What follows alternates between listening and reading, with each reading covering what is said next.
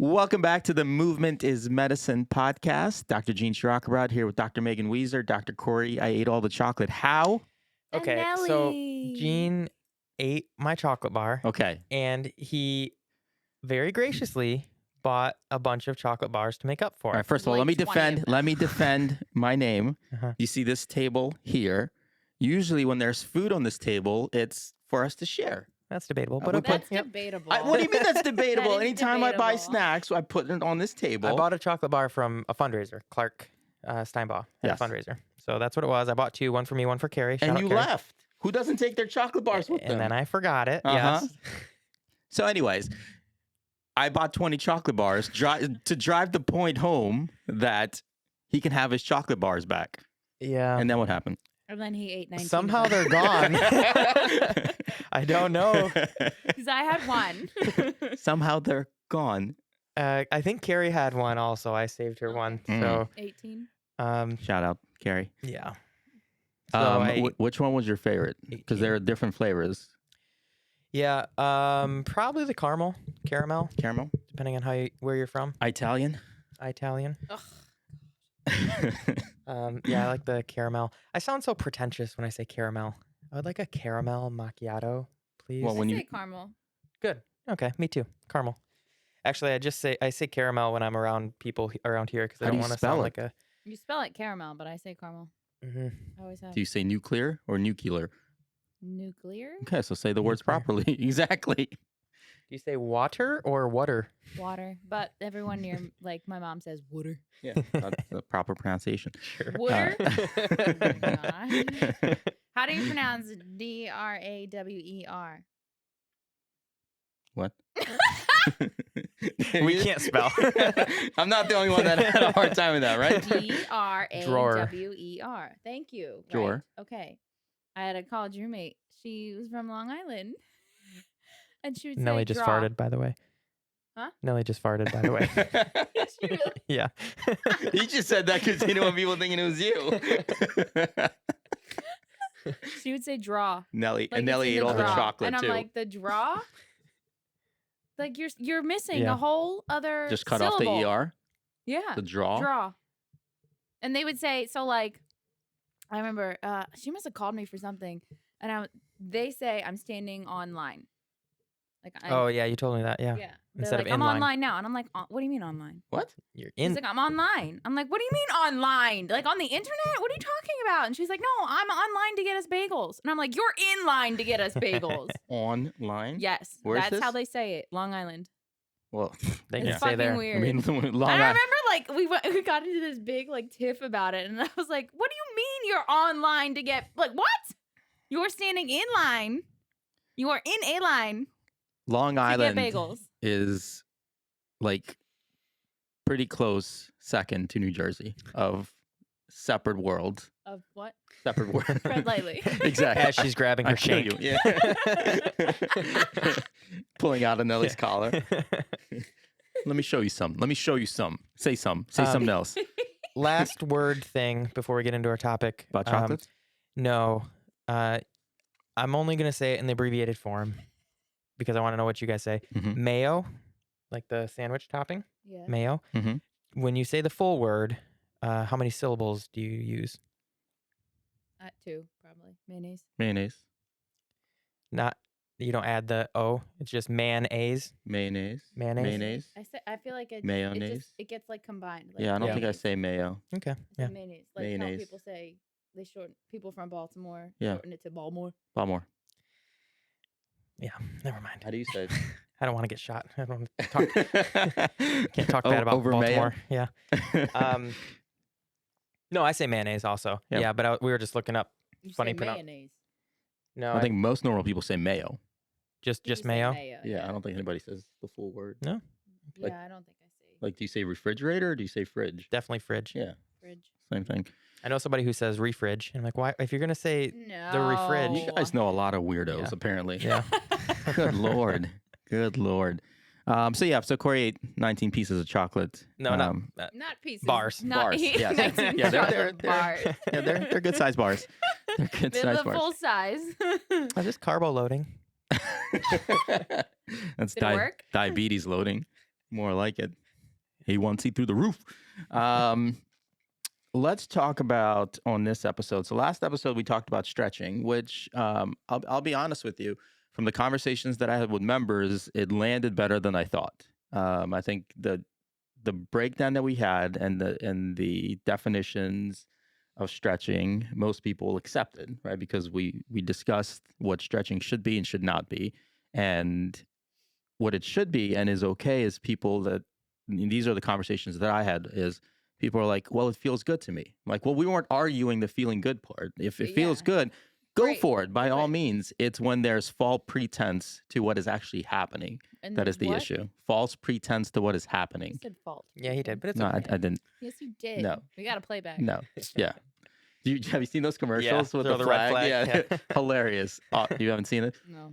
I think it's Progressive where like they're having an argument Mhm. and they bring out the referee with the challenge flag and they watch the life event on camera. The last one was the dad with the spider. Oh yeah, It's I like- didn't scream. I didn't scream. I hate to do this, Dad. And then they watch with the replay booth. So yeah, I will actually replay this and we'll play it in slow motion, what I said. He said fault. Yeah. He did. But I did not say that. You throwing the red flag? Is that what you're saying? I am. All right, Yeah. fine. And it was great. Like if you like stretching, by all means, and if it feels good to you, go for it. But it's not doing what most people say it is, making you more flexible or decreasing the risk of pain or injury and things like that. So it's fine if you like stretching and it feels good, by all means. But what the flip side of that conversation, what it's brought up is in parallel to stretching, is another popular topic that gets bastardized quite often is posture.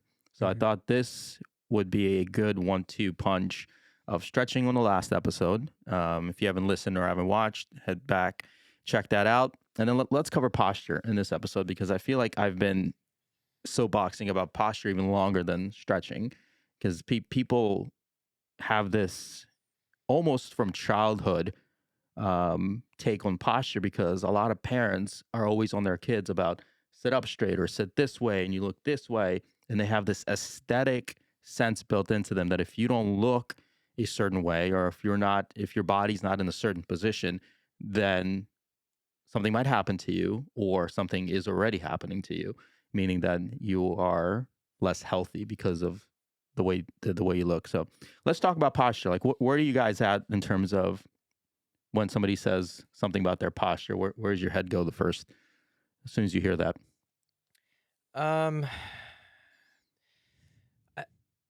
What people may not know about the medical field and physical therapy, I guess, is the schooling systems are like 10 years behind.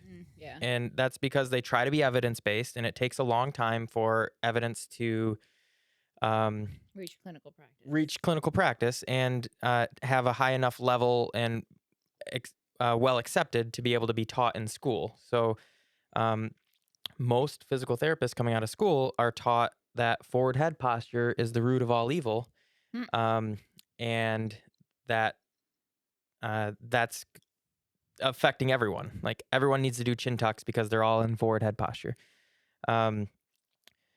So that's one of the reasons why everyone has this big hiccup on posture, because every physical therapist they've ever talked to said, hey, you have poor posture. And that's not necessarily only the physical therapist's fault because that's what they were taught, but that just isn't the case anymore. No, but it's even before that. Yes, that's one part of it. I used to get when I was treating in the clinic, and even now with our members, when we get somebody new coming in going, I have this issue, I have this issue, I have this issue, and it's probably because of my posture and weak core, right? And it's like Yeah. this double combination of fury that rises in me as soon as I hear it. Granted, it's taken me most of my career to not lash out emotionally. Usually like, it's probably not because of your posture. Yeah, Depending my on response. their level of willingness to hear otherwise. Yeah, my response is to ask the question of, just like with core, is what is your posture? Tell me when you say that. Core. But it's this. You sounded like an old car motor. Oh, it's like Tim Allen and remember Home Improvement. Yeah. Like what is it? If you give me this conceptual term that you say it, but you don't know what it means. Are we back to core? We did a whole It's podcast both. on this. No. It's both. It's both. Posture and core and stretching. They're all just in a very dysfunctional, fucked up family. It's just this group that are. Are you the father of the family? I am trying to show them the light. I am the preacher trying to save them. Oh boy. We're taking them to the light. Isn't that what you soapbox? Isn't that what the term comes from? Maybe. Preachers I don't know. soapboxing. I don't know. Yeah, they used to sell soap, and the preachers would stand on those soapboxes and give their sermons in town square. And then sell soap afterwards? Yeah. Why? Because clean soul, clean body. Are you making this stuff up? 100% I'm making this up.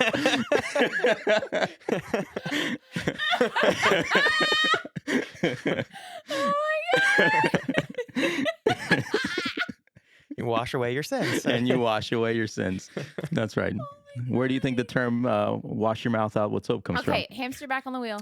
from? So it posture, core, stretching is less so. But if you say I have bad posture, or I think my posture is causing these health issues for me, tell me what posture is to you, right? And then they say, well, it's because I sit like this or I look like this. And then once you actually start asking the questions of talk me through where your head goes, and most people just give a shell. They say, well, I really don't know. I just thought that because my shoulder's in this position or that. So for most people, posture means position.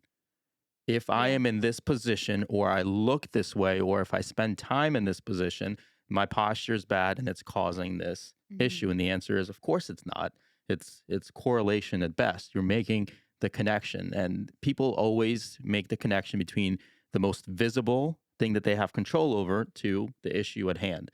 And posture is not inside your body, right? Most people don't know what's going on inside their body, but they can very clearly see on the outside of their body. And it's very easy to say, well, my shoulders are rounded, therefore it's got to be why I have shoulder pain. What they don't make the connection with is their shoulders have been rounded their whole life, and their body has adjusted around that there's no change. Stimulus.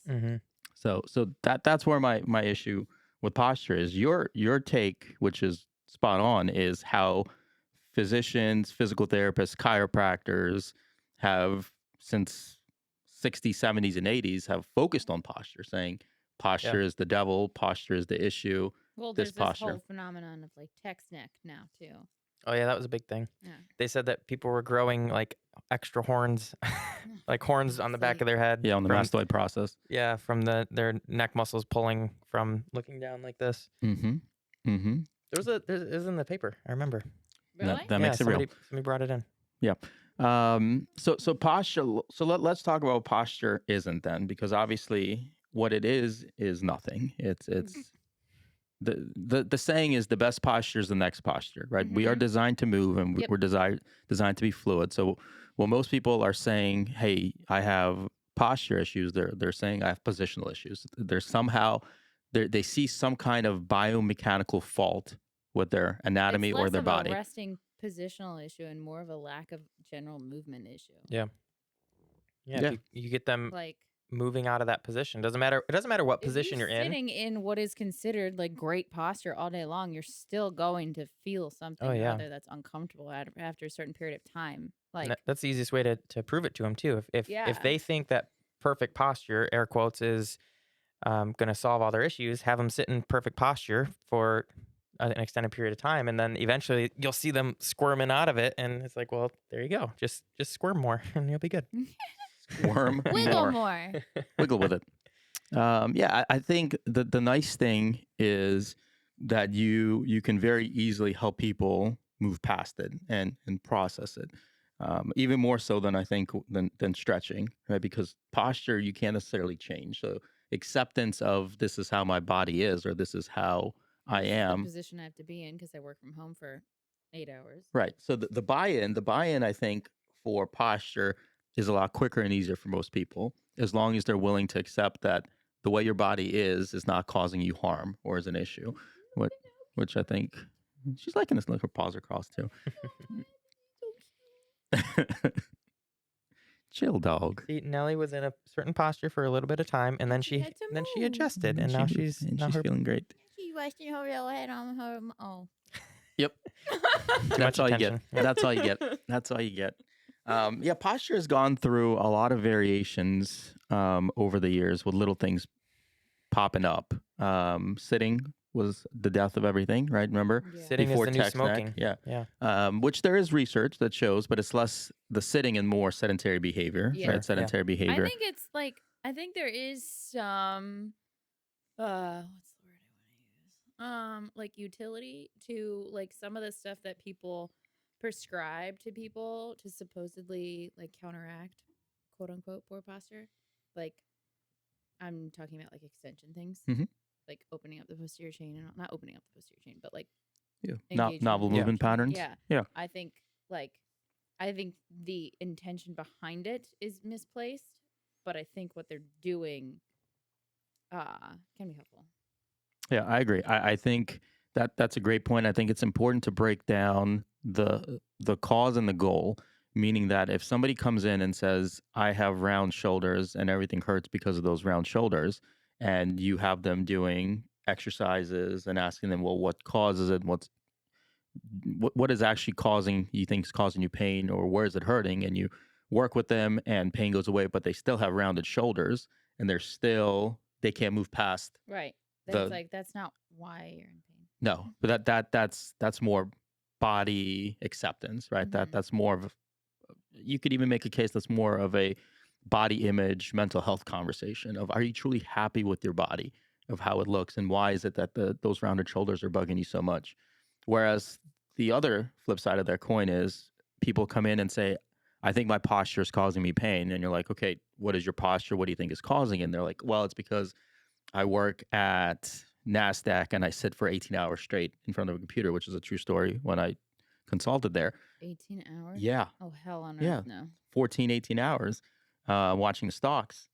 And you're like, can I show you some things that will show you that it's not your posture? It's just you're asking the positions of your tissues that are Mhm. loaded over time. They don't like that, right? Yeah. The easiest example is if you tell somebody, take your wrist, stick it out, push it on something, hold that for 14 hours.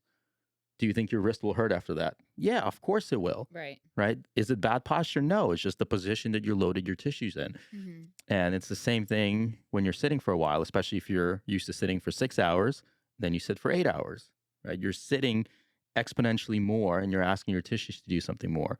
If you go to a new city, like if you go to New York and then you typically do 8,000 steps a day, you go to New York and you walk 24,000 steps a day, and the next 2 days you can barely walk. Is it because walking is bad? No, it's because you walked 300% more than you're used to. So you added new load.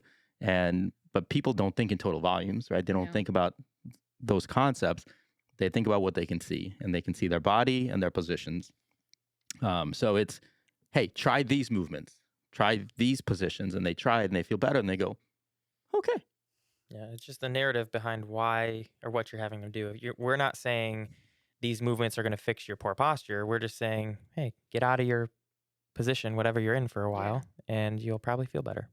Yeah. And if you feel like you are slouched, or if you feel like you have rounded shoulders, or you have what's called kyphosis, where your upper back is kind of rounded into that question mark shape, and you might have that, sure, but you also have to understand that it's probably normal for you. And if you don't like that, then you're on a journey of changing your body and body composition and really reframing your musculoskeletal structure, which is a long, long process to do, right? That's you're talking about years of consistent work. Then it becomes really similar to a conversation of stretching. If you want to be more flexible, understand what you're getting into, right? That there's a reason that gymnasts and ballerinas and people that actually need to have more flexibility and extensibility, they literally spend hours upon hours every single day putting themselves in those positions, holding themselves in those positions, and then loading their tissues in those positions like it's their job, because it is, right? So you doing something for 15 seconds every other day is not going to achieve that goal. So you have to really figure out what are you trying to actually do and why are you trying to do it?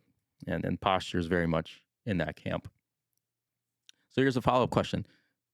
Is posture ever important? Does it actually matter in any situation? That's a good question. I know.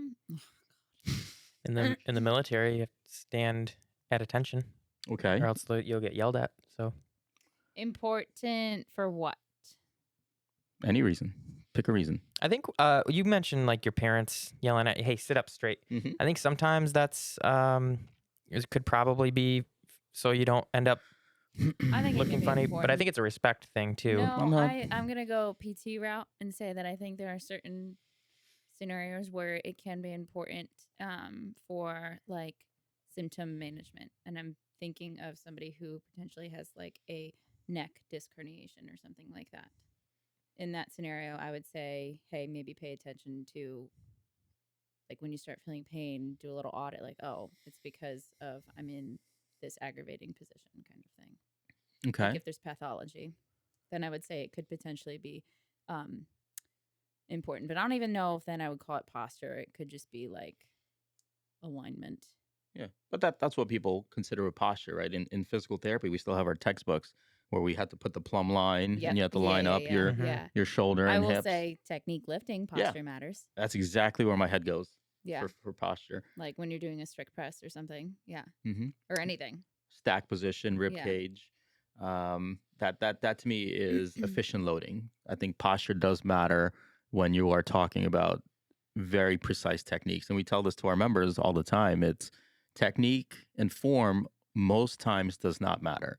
That if you only train a certain form or certain technique, then you leave out 99.9% of other positions that you should be training in as well and getting stronger, except very technical lifts and movements, right? That it does make a lot of sense because not only is it safer, which is on the least important part of it, it's more efficient, right? You want to maximize the energy formula, do as little work as possible in order to do that. I mean, Olympic lifts, right? Mhm. Come into mind Yeah. right away. That makes the most sense to me is explaining it to people as it's more efficient. Because like if I want to get better at something and you tell me, hey, this will make you better, like Mhm. not that it's perfect or like you're gonna hurt yourself if you do it otherwise. It's just this is the most efficient way. Like okay, I can get behind that. Yeah, agreed. You were describing social norms. Yeah. There are a lot of social norms. What is proper? What is seen as the proper position to be in? Whether it's military, military is more for the other side of behavioral part of posture, which is intimidation. Right? When you're standing the way you are, it's peacock position. Right? Peacocks are the way they are because they want to intimidate other peacocks when they're trying to mate. Nice. So Peacock funny. peacock. Peacock, peacock, peacock, peacock, Does he- peacock. Emphasize the cock or emphasize the P. What is the P? What's a P again? What? What? What's a P? Oh, a frog ball. Thank you. Yeah. Yeah. So now we brought it full circle. Cock and balls. Um, that's proper posture. Oh my God, no! So big summary. Posture largely doesn't matter. Surprise! I feel like most of our podcasts end with us telling people most of the stuff they believe in doesn't matter. What does matter? What actually matters? Is wrong. What actually matters nowadays? It's just nuance. but- I think. It is, but still the irony is we tell people the things that matter are sleep, control what you eat, Train. exercise, and then people still focus on the little nuanced things that don't matter. Maybe I should stretch a little bit more. Fuck's sake, sleep for 8 hours. Mhm. Can we Yeah. start there? Yeah. Just go to sleep. Yeah, get enough protein. See- Sleep for 8 hours.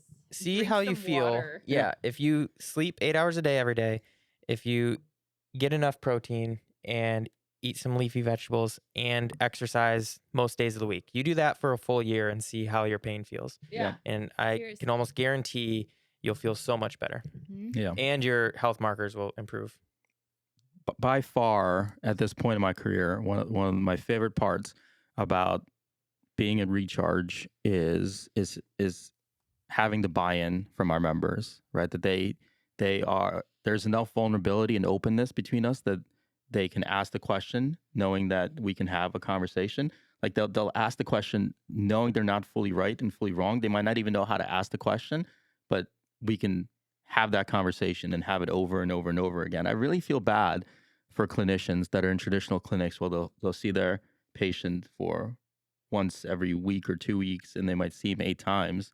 but it's so hard to make this information stick in such a short period when it's more transactional and a transient relationship. Yeah. Right. Like when we see our members, we literally see them for years.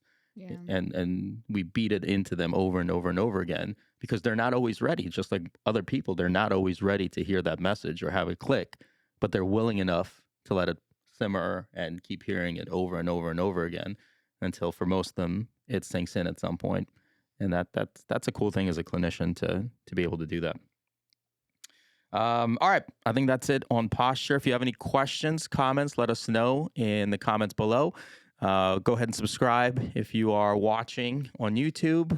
Follow along and subscribe if you're listening on Apple Podcasts, Spotify, Audible, Amazon, wherever you're listening to this. Keep listening and subscribe to that. Head over to our website, rechargexfit.com if you haven't yet. If you want to see what we're about, and if you're in the Ellicott City area or Columbia or somewhere in Howard County, you can stop on by or shoot us an email, hey@rechargexfit.com. And we'll catch you again on the next episode of Movement is Medicine podcast.